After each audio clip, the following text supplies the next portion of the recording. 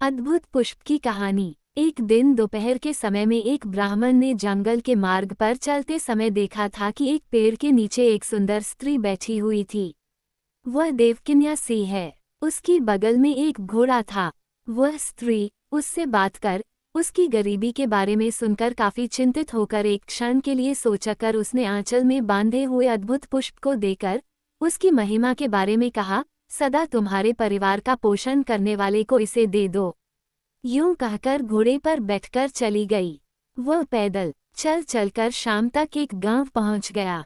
उसका नाम उसे मालूम नहीं था। दो आदमी घोड़े पर बैठकर कहीं जाते हुए उसके सामने दिखाई पड़े।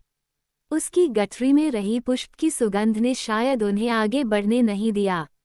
उस सुगंध वश में उसे ढूंढते हुए उस आदमी के पास आकर, हे ब्राह्मण, तुम्हारे पास कोई सुगंधित द्रव्य है? यूं पूछा था। उसने इस रहस्य को छुपा न सकने के कारण गांठ को खोलकर पुष्प को दिखाते हुए उसका विवरण दिया और उसकी विशेषता भी बता दी। सुनकर वे असीम आनंद का अनुभव कर, ओह, हम तुम्हारे परिवार का पोषण सदा के लिए करेंगे। हमारे घर आइए, इस पुष्प को हमें दीजिए, उससे मेरे परिवार का पोषण सदा करेंगे। यूं उनसे वादा लेकर मैंने उस पुष्प को उन्हें दे दिया। उन्होंने उसे अपने घर ले जाकर आवास एवं भोजन की व्यवस्था की। अत्यंत गरीब व्यक्ति को यही बहुत कुछ था। वे दोनों मित्र हैं। पता चला कि दोनों के लिए एक ही वेश्या होने के कारण वे दोनों मित्र हो गए। ये जानकर वह पश्चाताप करने लगा कि ऐसे अधम व्यक्तियों को मैंने पुष्प दिया। कुछ दिनों के बाद उस वेश्या के कारण ही उन दोनों के बीच में शत्रुता हुई। एक दूसरे के मुंह को देखना भी बंद किया। एक रात दोनों एक दूसरे के सामने आए और क्रोध के मारे एक दूसरे को मार डाला। उस ब्राह्मण का पोषण करने वाला नहीं रहा। उसे मालूम पड़ा कि वह पुष्प वेश्या के घर में है, तो उसने उसके पास जाकर जो कुछ हुआ था उसका पूरा विवरण उसे देकर पुष्प को उसे वापस देने को मांगा था। ये वेश्या की संपत्ति है, इसे तुझे देने की आवश्यकता नहीं है, उसने कहा। उसने गांव की मुखिया के पास जाकर सब कुछ बता दिया। उसे भी क्या करना है सूझा नहीं। इतने में चंद्रवर्मा महाराज यहाँ की सभा में उपस्थित होने के लिए आते हुए उस गांव में ठहरे थे। विषय सारा उसे स्पष्ट कर दिया गया। श्रेष्ठ वस्तुओं के प्रति राजा लोग अनुरक्त होते हैं न, बाकी विषय बाद में सोचेंगे, यूं समझकर पहले उस पुष्प को अपने साथ सभा में ले आए थे।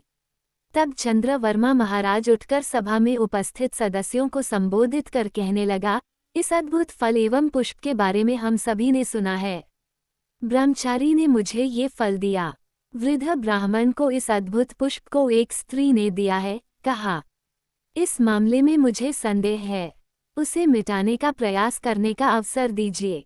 यूं कहते हुए तुम फल दिए हुए उस आदमी की सूरत का विवरण दे सकते हो? उस ब्राह्मण से पूछा था। वह ब्राह्मण बोला, उस समय धुंधला सा अंधकार था, मैंने गौर से नहीं देखा। पुरुष समझने के अलावा और कुछ ठीक से नहीं बता सकता हूँ। घोड़े पर चढ़ा था इसलिए पुरुष समझा हूँ, लेकिन गांठ खोलते समय आंचल का छोर सा दिखाई पड़ा, कहा। चंद्रवर्मा फिर कहने लगा, अद्भुत फल और पुष्प जो दिया वह एक ही है, वह स्त्री ही है, मनुष्य स्त्री नहीं है। इस प्रकार की विरल विशिष्ट चीजें महाराजाओं के पास ही रहनी चाहिए, न कि आम जनता के पास। उनकी पूजा हर दिन करनी पड़ती है। इन दोनों ब्राह्मणों को उचित उपहार दूंगा, कहा। सच ही है, वही उचित है, सदस्यों ने कहा। तब मणिमंजरी ने वीणा पर गीतों का आलाप किया। गान विद्या का ज्ञान जिनमें है, वे अन्य लोग जब गाते हैं तब उन्हें भी गाने का मन होता है। वीणावती के द्वारा किए गए सारे स्वर अच्छी तरह उसके स्मरण में रहने के कारण पुरुष वेश में रही। विशालाक्षी में भी गाने की उत्सुकता जगी और सभा में जाकर उस गांव की मुखिया से, श्रीमान, मैं भी थोड़ा बहुत गान विद्या को जानती हूँ, थोड़े समय के लिए मेरे गीत को भी सुनकर मेरे जन्म को धन्य कीजिए, यूं विनती की। उसने इसके लिए स्वीकृति प्रदान कर उसे एक वीणा दिलवाई। कुछ गीत गाने के बाद वीणावती ने जिन स्वरों का संकल्प किया उन्हें गाने लगी। सभी सदस्य पहले गीत को सुनकर प्रतिमाओं के जैसे स्तंभित रहे। दूसरे गीत का आलाप करते समय सदस्यगण उठकर नाचने लगे। तीसरे गीत गाते समय वे भी स्वर मिलाकर गुनगुनाने लगे। सभी उस आलाप को देवगान कहकर प्रशंसा करने लगे। वह या तो तुम्बुर होगा या नहीं तो नारद होगा, कहा। मणिमंजरी भी उस आलाप की विशेषता का अनुभव कर आश्चर्यचकित हुई थी। धर्मांगद, चंद्रवर्मा आदि राजाओं ने अपने आप में कुछ सोचकर कहा, राजकुमार तुम मानवातीत प्रभाव वाले हो, तुम्हारी विद्याएं भी वैसी ही हैं, मुख्यतः तुम्हारे रूप के जैसा संगीत भी अद्भुत है। तुम्हारे लायक इनाम देना चाहे तो ये पूरा राज्य भी बराबर नहीं है। भगवान के जैसे तुम भी इन फल पुष्पों से संतुष्ट हो जाओ। यूं कहते हुए उस अद्भुत पुष्प एवं फल को श्रद्धापूर्वक उसे समर्पित किया। उन्हें स्वीकार कर उन ब्राह्मणों को अधिक संपन्न बनाना, कहकर रुक गया। राजा ने उन दोनों ब्राह्मणों को एक एक अग्रहार दिया। सभी राजा से खुश हुए। राजकुमार ने सरहद पर छोड़े हुए अपने अश्व को वहां लिवा लाने के लिए कहा। न्यायबद्ध संपत्ति नदी के बीच में गिरने पर भी जरूर घर के अंदर पहुंचेगी, कहावत विशालाक्षी के प्रति भी सच निकली।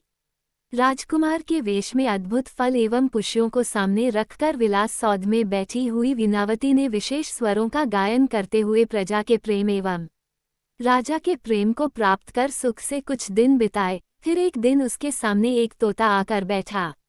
वह संदेश लाया। उसने राजकुमार को एक पत्र दिया। उसे राजा ने पढ़ा।